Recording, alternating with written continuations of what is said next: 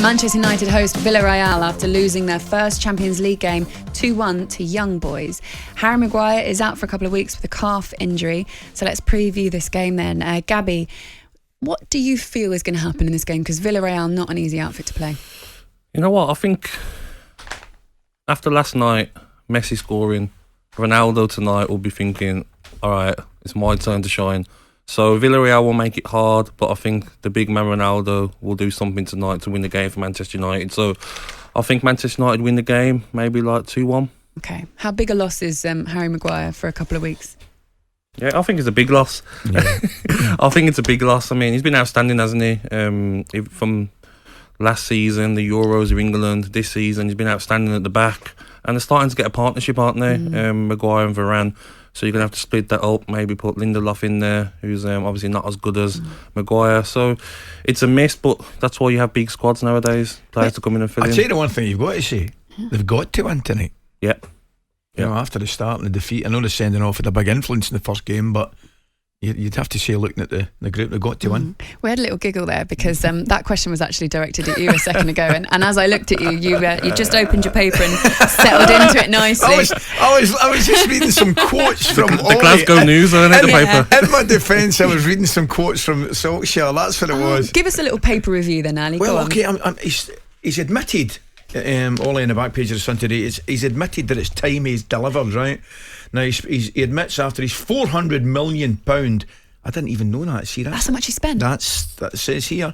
He admits his £400 million transfer splurge. I don't know if I'd call it a splurge. That's a strange word to use for it. But anyway, it's left him under pressure to deliver trophies. The question is, we asked Jamie O'Hara on Monday. He wants him out the door. Jamie wants him out the door. I mean, it's ridiculous. It ain't going to happen because the one thing that he deserves, Gab, having spent that splurge of £400 million, is time, surely, to develop the squad. Not, a reasonable amount of time, but you'd certainly look for a big difference in performances.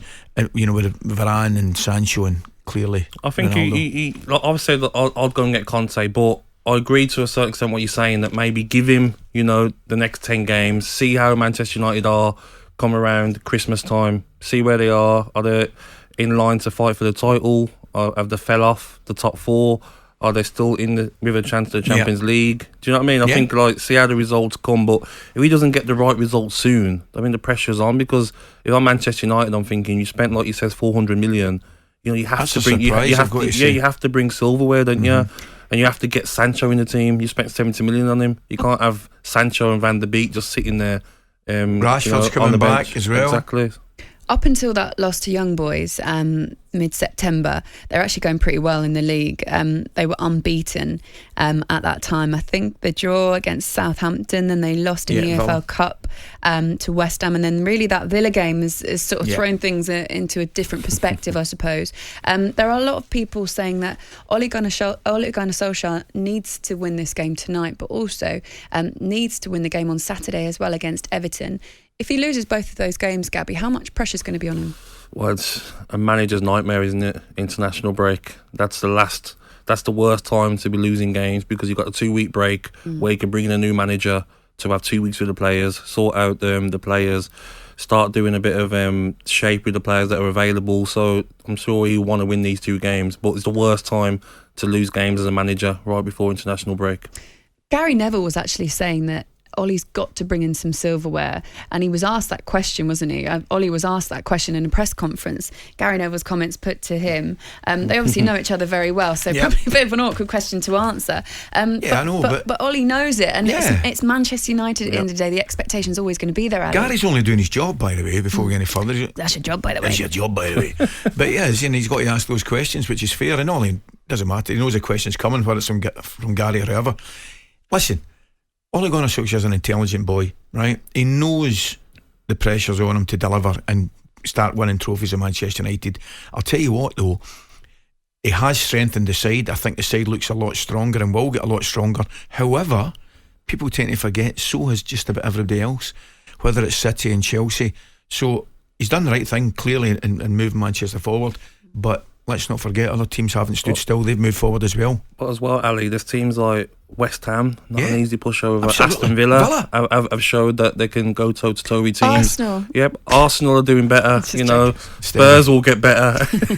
Don't be silly. But there's teams out there that they're not going to be pushovers. You know, your Everton's aren't going to be easy to beat. That game on the weekend won't be easy for Manchester United. That's not a guaranteed. That's not a guaranteed win. Brighton away. That's not a guaranteed win. So I think he needs to get a team playing. You know.